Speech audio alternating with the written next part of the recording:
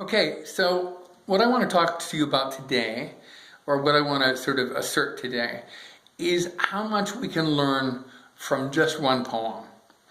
And it's been my personal experience, and I've seen it. Happen with students of mine and other poets. That when I find a particular poem which seems to carry all kinds of information in it about the making of poems, structurally or tonally, or in terms of their sound, or in terms of their use of metaphor, I find that I can read that poem for 6 months or a year, and the lessons that I learn, the lessons that I internalize, just sort of continue to bear fruit. In a certain kind of way, that poem becomes an obsession, and it becomes just a real kind of classroom for me. And I suggest that that's possible to do with the right poem at many different moments in your development and your self-education as a poet. So today I wanted to show you quite a short, apparently modest poem, and that I noticed a few years ago, and sort of show you the number of distinct lessons in poetics and structure that can be extracted from just this one apparently minor poem. The poem is called Poem, unauspiciously enough. It's by an American poet named Robert Kelly, and I'm going to hold it up right now and recite it and read it, and you'll be able to read it. Poem. All this romance is just Zanzibar. What matters is a note stuck by a magnetic carrot to the refrigerator saying, "Don't look for me, I am gone." I'll say it again. All this romance is just Zanzibar. What matters is a note stuck by a magnetic carrot to the refrigerator saying, "Don't look for me, I am gone." Okay, so this is a pretty economical little improvised explosive device from my book, for my admiration. And I just want to itemize at least 4 and possibly 5 distinct lessons that I feel can be learned from that. The first thing you would notice about the poem, if you were studying it, is probably its structure. And you would notice that it contains 2 different kinds of ingredients. It contains a piece of strongly worded rhetoric, 1 or 2 pieces of rhetoric, and that's the first half of the poem. And then the second half of the poem is a very clear, almost imagist kind of image. I mean, when I say imagist, I mean imagist in the sense of the early 20th century school founded by William Carlos Williams and Ezra Pound, that imagist poet. So we have an incredibly kind of lucid, vivid image of the magnetic carrot holding a note against the refrigerator, and the note says something specific, which is a marvelous moment. But then we have the first half, which is the rhetorical moment. The fact that the poem begins rhetorically means that the poem belongs to, of the 3 possible categories, to the category of discursive poem. It's a discursive poem. It's explaining something. And we know that from the first moment where it says, all this romance is just Zanzibar. So there's a wonderful kind of assertiveness and authority that comes into the poem right at the beginning. And then you know what happens in the second half. There's the stem. What matters is, what matters, in other words, in contrast, says Zanzibar. So you have a very powerful kind of pivoting action that is set up in the rhetorical structure of the poem. All right? So, all this romance is just Zanzibar. Now, probably you don't know, as I didn't really know or remember. I remember Zanzibar is a city someplace maybe in Africa, but what country does it belong to? Like Timbuktu, it's kind of hard to remember. And the fact that I even mention or free associate Timbuktu with Zanzibar is you can see they have an associative relationship. They both have strong vowels, they have 3 syllables, and they're really fun to say. So we don't need to know that Zanzibar is an island off the coast of Tanzania, which I looked up before making this podcast. It doesn't matter because this poem is not using Zanzibar in the semantic sense, that we should have some particular associations with a particular African tropical city. No. What we know about that sentence, and the reason we can understand that sentence, all this romance is just Zanzibar, it comes out of the sonic qualities of the word Zanzibar. And a bunch of 5-year-olds will understand it as well as you do. All this romance is just Zanzibar. And when somebody says Zanzibar, they mean it's just Zanzibar, it's just nonsense, It's just crazy. And so it just throw it away, it's nonsense. We just made up all that stuff about romance. It's just Zanzibar.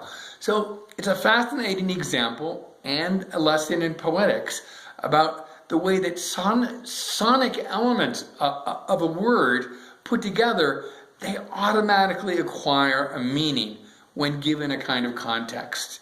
In the way that all those made up words in the Dr. Seuss books that we loved when we were kids, we understood what they meant, even though we didn't have any idea what the words actually meant on a semantic level in the dictionary. We don't need to know that Zanzibar is an African city to know that this opening rhetorical gesture of the writer of the poem is dismissive. All this romance is just Zanzibar. You also see the little sonic rhyme that's going on between the sound of the word romance and the word Zanzibar. Romance, Zanzibar. Romance, Zanzibar. Shaboom, abracadabra, Timbuktu. And so we understand the meaning even though we don't get the reference. Okay, that's a pretty important poetic principle to remember. Is that a lot of times words are working on subliminal levels that we don't even, they're not really even above the waterline for us. The next moment that happens in the poem is a transitional moment. It's a rhetorical pivot. The writer has just made a dismissive noise about all this romance that we spend so much time in our lives, so much emotional energy investing in. That's just nonsense. No, what really matters is, and then we shift into that beautiful image. What matters is a magnetic carrot a note stuck by a magnetic carrot to the refrigerator saying, "Don't look for me, I am gone." Okay. So the second point I want to make about that is that there is a very sort of wonderfully compressed narrative in there. We see the refrigerator. We see it's probably a pretty humble refrigerator. Maybe it's a Maytag, maybe it's in a double wide trailer someplace in Arkansas. And the note is marvelously specific, and it actually plays into the plot of romance. Don't look for me, I am gone. Okay? And it's stuck there by a magnetic carrot. We'll get to the carrot in a minute.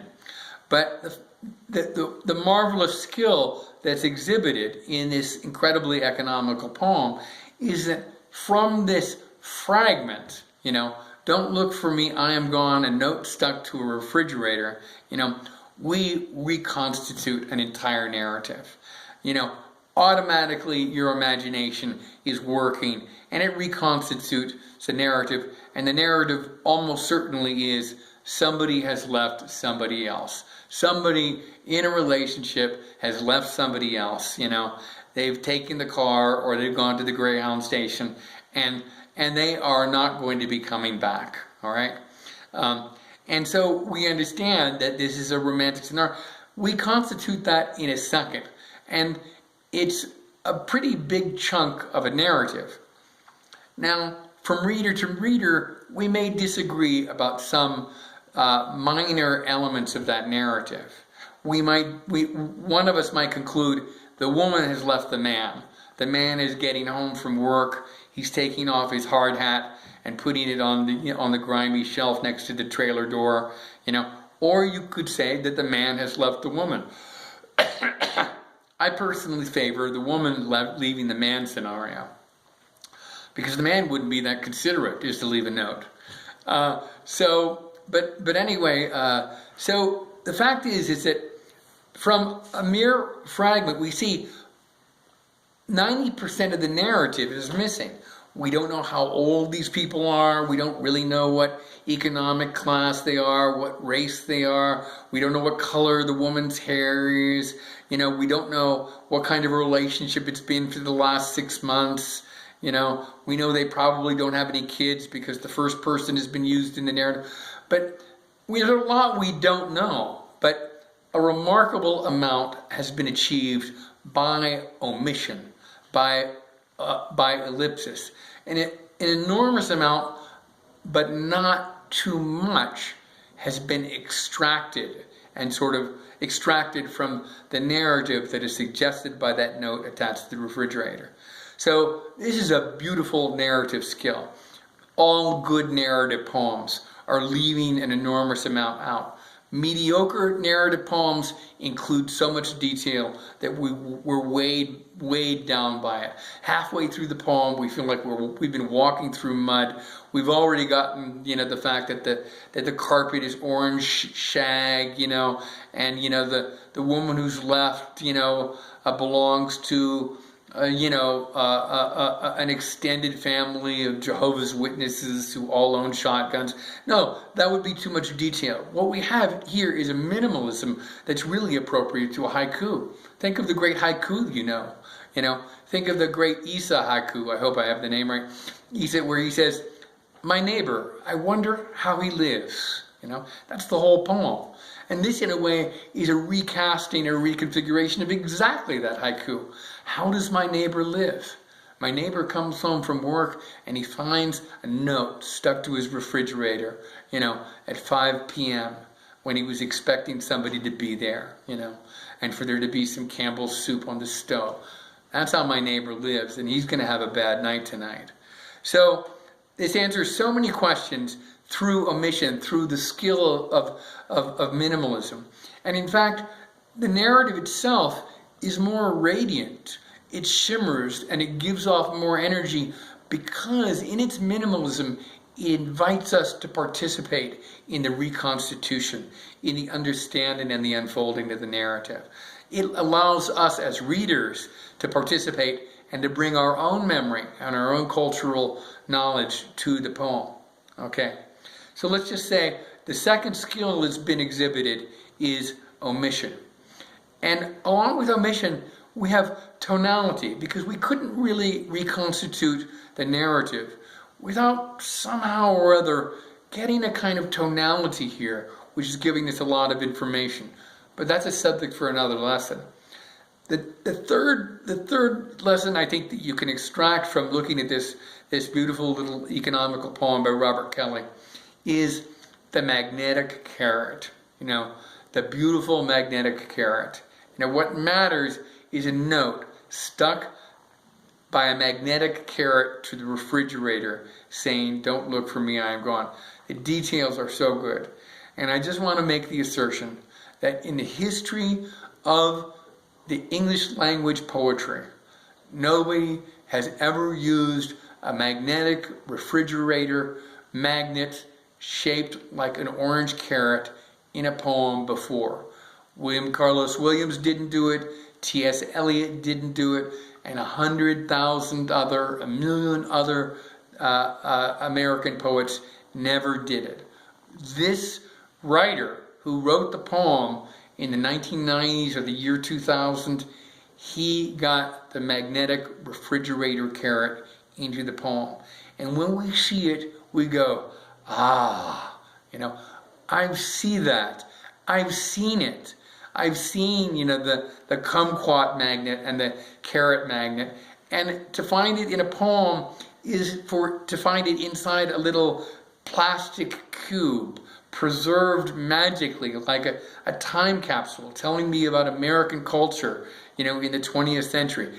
It's beautiful, it's marvelous, it's humorous, it's comic, it's attached to a dark narrative, but it's funny. It means that our romances indeed are kind of cartoony and like associated with Bugs Bunny. So that image has marvelous information in it. But I think the thing that the value that it carries probably more than anything else is its unbelievable freshness. And it should be inspiring to all of us that all around us constantly are things lying on the surface of the ground and in our apartments and our houses and on the billboards that have never before been put into a poem. And when you put them inside the framework of a poem, you are making them part of eternity, and you are making them part of art. And everybody will say, I wish I had thought of that. I saw that refrigerator magnet of the orange carrot 100 times, and I never fucking put it into my poem. And now this guy beat me to the punch. God damn. So that's the third thing that you could say about the poem. So finally, I guess you could say there's a use of an imported voice here too. So that we've got the voice of the narrator and the person who's rhetorically controlling the poem. And then we've got that beautiful image. And then we've got the note and the voice of another human being who's outside the frame, and she's not coming back, who said, don't look for me, I am gone. Just the interesting kinds of phrasing there, not, dear John, don't look for me, I am gone. Not, I'm sorry, just don't look for me. This note is the equivalent of a restraining order, and you won't find me in a million years. So we have the flavor of an individual who may not be present, but whose voice is still present in this little apartment. So there are some other things we can learn from this poem too. The really lovely balance between the lines, just their visual appearance on the page, the way the poem is lineated is very effective in its semantic chunk by chunk delivery of information. And there are other things we could talk about too. But this is just an example of how, if you live with a poem and you memorize it and you internalize it, your own poems are going to improve in sort of strength and pungency and vividness and these particular kind of skill sets. These are different skill sets. To isolate them, to identify them, and then to practice them is the same thing as a tennis player working on his backhand, or a golfer, or a pole vaulter, or a piano player playing scales. You cultivate muscle memory, but this is neurocognitive muscle memory. And so that's the reason why we do close reading. And that's the reason why we love and admire the accomplished, fully realized poems of others more than we should value our own amateur productions. That's it.